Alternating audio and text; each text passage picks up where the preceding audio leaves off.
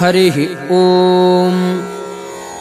रामाय शाश्वतसुविस्तृतषड्गुणाय सर्वेश्वराय बलवीर्यमहार्णवाय नत्वालिलङ्घयिषुरर्णवमुत्पपात निष्पीड्यतं गिरिवरं पवनस्य सूनुः चुक्षोभवारिधिरनुप्रययौ च शीघ्रम् यादो गणैः सह तदीयबलाभिकृष्टः वृक्षाश्च पर्वतगताः पवनेन पूर्वम् क्षिप्तोर्नवे गिरिरुदागमदस्य हेतोः स्यालोहरस्य गिरिपक्षविनाशकाले क्षिप्त्वार्णवे समरुतोर्वरितात्मपक्षः हैमो गिरिः पवनजस्य तु विश्रमार्थम् उद्भिद्य वारिधिमवर्धदनेकसानुः नैवात्र विश्रमणमैच्छद विश्रमोऽसौ निस्सीमपौरुषबलस्य कुतः श्रमोऽस्य आश्लिष्य पर्वतवरम् सददर्श गच्छन् देवैस्तु नागजननीम् प्रहिताम् वरेण जिज्ञासुभिर्निजबलम् तव भक्षमेतु यद्यत्त्वमिच्छसि तदित्यमरोदितायाः आस्यम् प्रविश्य सपदि प्रविनिसृतोऽस्माद्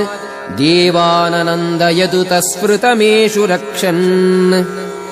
दृष्ट्वा सुरप्रणयिताम् बलमस्य चोग्रम् देवाः प्रतुष्टुवुरमुम् सुमनोभिवृष्ट्या तैरादृतः पुनरसौ वियतैव गच्छन् छायाग्रहम् प्रति ददर्श च सिंहिकाख्यम् लङ्कावनाय सकलस्य च निग्रहे स्याः सामर्थ्यमप्रतिहतम् प्रददौ विधाता छायामवाक्षिपदसौ पवनात्मजस्य सोऽस्याः शरीरमनुविश्य बिभेद चाशु निःसीममात्मबलमित्यनुदर्शयानो हत्वैव तामपि विधातृवराभिगुप्ताम् लम्बे सलम्बशिखरे निपपातलङ्का प्राकाररूपकगिरावथ सञ्चुकोच भूत्वा बिडालसमितो निशिताम् पुरीम् च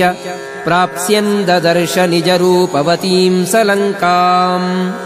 रुद्धो नयाश्वथ विजित्य च ताम् स्वमुष्टिपिष्टाम् तयानुमत एव विवेशलङ्काम्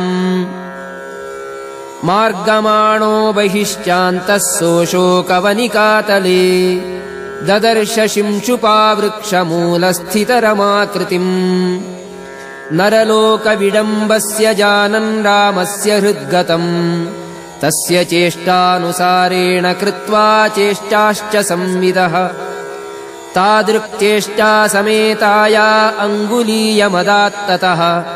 सीताया यानि चैवासन्नाकृतेस्तानि सर्वशः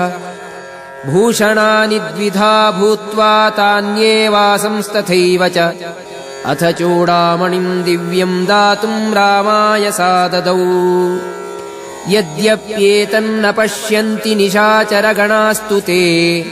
द्युलोकचारिणः सर्वम् पश्यन्त्युषय एव च तेषाम् विडम्बनायैव दैत्यानाम् वञ्चनाय च पश्यताम् कलिमुख्यानाम् विडम्बोऽयम् कृतो भवेत् कृत्वा कार्यमिदम् सर्वम् विशङ्कः पवनात्मजः आत्माविष्करणे चित्तम् चक्रे मतिमताम् वरः अथवनमखिलम् तद्रावणस्यावलुम्प्य क्षितिरुहमिममेकम् वर्जयित्वा शुवीरः रजनिचरविनाशम् काङ्क्षमाणोऽतिवेलम् मुहुरतिरवनादीतोरणम् चारुरोह अथाशृणोद्दशाननः कपीन्द्रचेष्टितम् परम्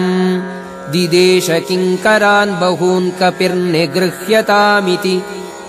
समस्तशो विमृत्यवो वराद्धरस्य किङ्कराः समासदन्महाबलम् सुरान्तरात्मनोऽङ्गजम् अशीतिकोटियूथपम् पुरः सराष्टकायुतम् अनेकहेतिसङ्कुलम् कपीन्द्रमावृणोद्बलम् समावृतस्तथायुधैः सताडितश्च तैर्भृशम् चकारतान् समस्तशस्तलप्रहारचूर्णितान् पुनश्च मन्त्रिपुत्रकान् स रावणप्रचोदितान् ममर्दसप्तपर्वतप्रभान्वराभिरक्षितान् बलाग्रगामिनस्तथा स शर्ववाक्सु गर्वितान् निहत्य सर्वरक्षसां तृतीयभागमक्षिणोत् अनौपमम् हरेर्बलम् निशम्य राक्षसाधिपः कुमारमक्षमात्मनः समम् सुतम् न्ययोजयत्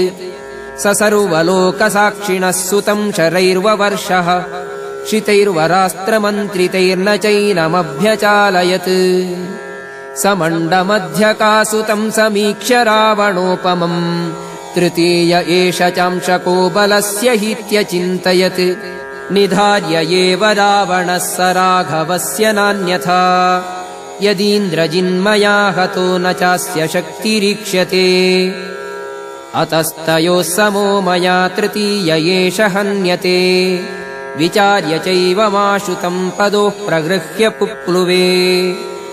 स चक्रवद्भ्रमातुरम् विधाय रावणात्मजम् अपोथयद्धरातले क्षणेन मारुतीतनुः विचूर्णिते धरातले निजे सुते स रावणः निशम्य शोकतापितस्तदग्रजम् समादिशत् अथेन्द्रजिन्महाशरैर्वरास्त्रसम्प्रयोजितैः ततक्षवानरोत्तमम् न चाशकद्विचालने अथास्त्रमुत्तमम् विधेर्युयोज सर्वदुःसहम् स तेन ताडितो हरिर्व्यचिन्तयन्निराकुलः मया वराविलङ्घिता ह्यनेकशः स्वयम्भुवः समाननीय एव मे ततोऽत्र मानयाम्यहम् इमे च कुर्युरत्र किम् प्रहृष्टरक्षसाम् गणाः इतीह लक्ष्यमेव मे स रावणश्च दृश्यते इदम् समीक्ष्य बद्धवस्थितम् कपीन्द्रमाशुते बबन्धुरन्यपाशकैर्जगाम चास्त्रमस्य तत् अथ प्रगृह्यतम् कपिम् समीपमानयंश्च ते निशाचरेश्वरस्य तम् सपृष्टवांश्च रावणः कपे कुतोऽसि कस्य वा किमर्थमीदृशम् कृतम् इतीरितः स चावदत्प्रणम्य राममीश्वरम् अवैहि दूतमागतम् दुरन्तविक्रमस्य माम् रघूत्तमस्य मारुतिम् कुलक्षये तवेश्वरम् न चेत्प्रदास्यसि त्वरन् रघूत्तमप्रियाम् तदा सपुत्रमित्रबान्धवो विनाशमाशु यास्यसि न रामबाणधारणे क्षमा सुरेश्वरा अपि विरिञ्चि शर्वपूर्वका किमु त्वमल्पसारकः प्रकोपितस्य तस्य कः पुरस्थितौ क्षमो भवेत् सुरासुरोरगादिके जगत्यचिन्त्य कर्मणः इतीरिते वधोद्यतम् न्यवारयद्विभीषणः सपुच्छदाह कर्मणि न्ययोजयन्निशाचरान् अथास्य वस्त्रसञ्चयैः पिधाय पुच्छमग्नये ददुर्ददाहनास्य तन्मरुत्सखो हुताशनः ममर्ष सर्वचेष्टितम् स रक्षसाम् निरामयः